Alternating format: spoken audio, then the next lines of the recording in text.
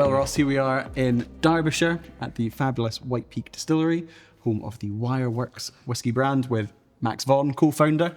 Thank you very much for joining us. And we're being spoiled, actually, Ross. What are we in now? September 2024.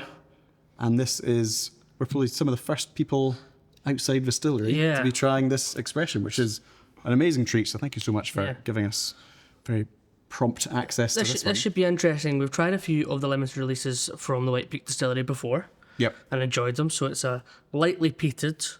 Yep. This one's in a Moscatel cask. So you've chosen a kind of sweet wine cask here to probably bring a bit more richness to the whiskey.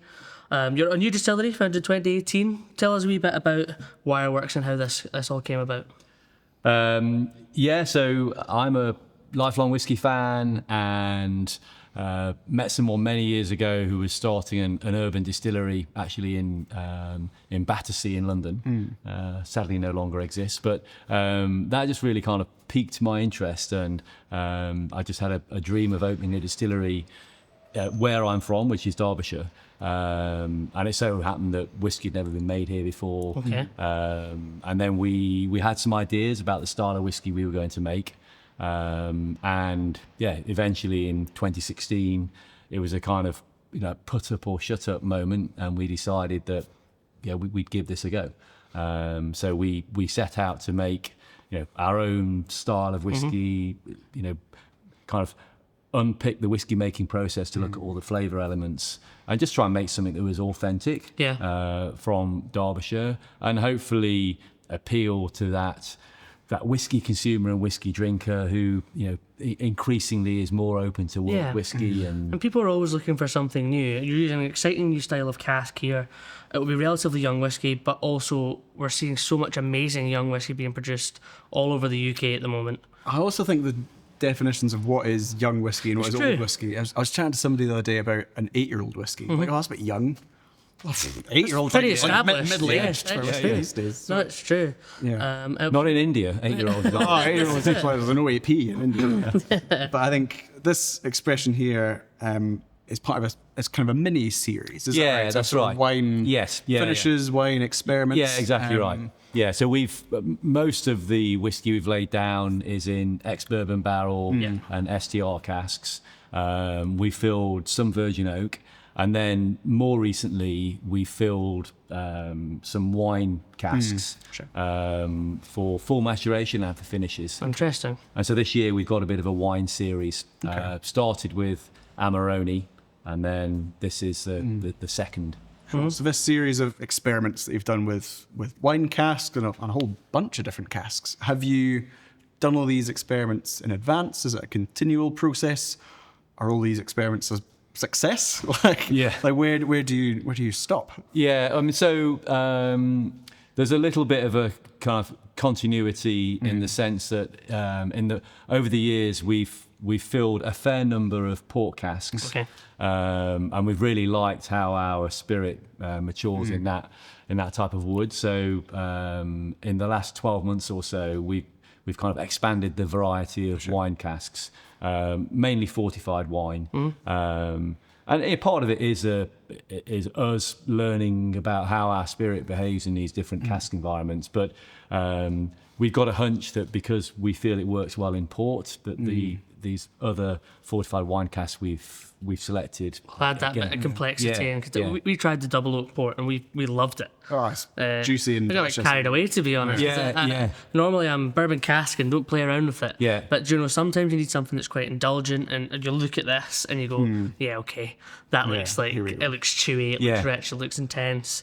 This is one of 651 bottles. Yeah, so just very two limited. casks. Yeah. And bottled at a generous strength as well. Yes. So we have 53.6%, and this has been quite consistent over all of your whiskey. Yeah. Your natural colour, your non-chill filter, a generous expression, which is good for a limited release. Do you feel that at that strength, kind of low mid 50s, it's drinkable without being sort of dangerous, but it also gives that flexibility to the consumer that a touch of water wouldn't be? Yeah, no, exactly right, Laurie. We typically bottle at an ABV that internally, at least, we're happy to drink the whiskey at. But also, we do want to give consumers a choice if they like to, add 1 or 10 drops of water, then they can do so. Yeah. If you're starting at 40% ABV, then your degree of latitude is pretty minimal. Yeah. But I'd say you're obviously using a very high quality of cask. You can even just see from the colour of the whiskey. The only expression I can think of, having had Moscatel and a little touch of smoke, is the Kalila Distillers Edition, which is obviously a very kind of long-lasting annual release that they've done. But this is more generous in strength. I'm hoping it's going to be a bit more viscous, and obviously it's not going to be as smoky as those Isla releases as well. Let's get it open. Let's give it a little go. I'll let you do the honours. Thank you, Ross. Yeah, it's one of those things we're used to drinking port and sherried whiskies quite often. But Moscatel isn't something you see. Yeah. What else can we expect to come up in this lineup? Are you allowed to say what's coming up? Have you got some interesting cash you're playing with? Yeah. Yeah, how many types of wine are there? Well, there's certainly in that kind of fortified wine category. That's where we're focused on. Yeah, that's something that I've seen some of your casks in this warehouse. Obviously, it's best to drink whiskey in a warehouse. That's always been the case as far as we're concerned.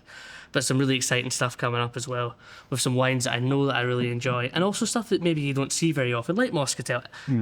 Without getting too much into it, it can't be cheap to source, really high quality wood from Portugal. No, no, it's not. And I think it's a big investment. It is a big investment, and certainly those types of investments, we're doing it, relatively selectively, just trying to work out, where we think our spirit works, best. Yeah. All right, cheers, gentlemen. A pleasure. Cheers. It's got a decadent nose, isn't it? Yeah. Really lovely. I think it's quite fudgy, which I like.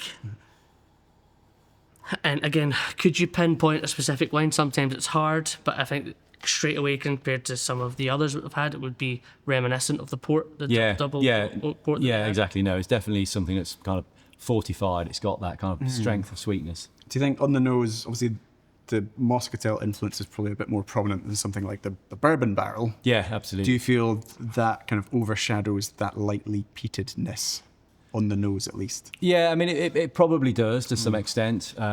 Which isn't a bad thing. It's just kind of highlighting just a different aspect. Yeah, and I think the light peat for us was always about background flavour and complexity, and that will mean different things to different people, and also come across in different ways depending on the cask. I think the palate's extraordinary. I think the palate is jammy. It's indulgent. It's a whiskey you'd feel quite guilty drinking because you'd have another and another. Yeah. Please drink responsibly. It's so Moorish. The strength isn't overbearing whatsoever. I don't get any negative alcohol spice. I'm not getting any kind of wood spice either. It's very rounded. I'd say that the finish for me is actually, I wouldn't say it's a massively long finish, but I quite like it that way. And as I say, it does kind of encourage me to go back for more. It's very, very tasty. Yeah. Again, in terms of ABV, we will typically kind of sit down as a small group and just try and work out what ABV we think the whiskey presents itself well at. Yeah. I'm almost lost for words. I really enjoy it. My first visit to an English whiskey distillery, which is obviously great because the world of whiskey is modernising anyway. But this is a great example of single malt whiskey and cask. Yes, there's a lot of cask influence, but there's still White Peak DNA. Yeah. We're in a busy warehouse. You can hear, in a working warehouse, you can hear some background. Somebody's doing donuts on a forklift. But it's still got that. I'm going to say this in a positive way. You might take it. It's got a slight dirtiness in the finish, which I really appreciate. Yeah, no, I agree. There's some minerality in there. Yeah, and that is a wee bit of that DNA of this young spirit. It's not a raw spirit, but it's young, it's big, it's bold, it's full of flavour. Is there, obviously we've tried a handful of these experiments so far, and they've all been bloody great. Is there a concern that they're all too good to discontinue? And is there a concern that your ongoing core range is going to be too broad? We're going to find one of your whiskies to dislike. If everybody loves everything, which one do you have? Yeah, that's a. I suppose that's a batch 2 of the port, and or a batch 7 of. Yeah, I mean that's a quality problem to have, I guess. Yeah. But yeah, I think we at some point with all these the programs we're doing, experimenting with, let's say in this case the wine series. Yeah, we're going to kind of end up honing that down to perhaps one cask style that we think just presents itself really well with our whiskey. Yeah, imagine that must be quite like, say in the future if you think, right, we're just going to do one, Wireworks wine finish and vat together, or different types of wine casks. But you'll know that the Moscatel works so well on its own. Yeah. I think it's a problem with whiskey. Wine casks are kind of seen as quite an inconsistent product a lot of the time. Yeah. Because I guess you need to have good relations with your suppliers, and that's so important. Yeah. Especially for you as a new distillery. Yeah. Realistically, most new distilleries can't afford to go out and buy 100 butts. No, that's right. It's not reality to buy X amount of barriques. But if you can get a consistent product, it will be difficult because you've just started to build this core range, which is obviously mostly bourbon focused and focusing on that heritage and that DNA of your whiskey making process. But they're going to want something indulgent like this. Yeah. But and the plan is we'll continue to kind of backfill and offer that. But it's nice to have a limited release. Yeah. But out of the 651 bottles of this, I'll have one. Yeah, what a pleasure. Yeah, great all-rounded dram, actually. And I added a wee bit of water. Did you add any water? I did, which is kind of unlike me. It is unlike you. I think I preferred it neat, which is unlike me. Yeah.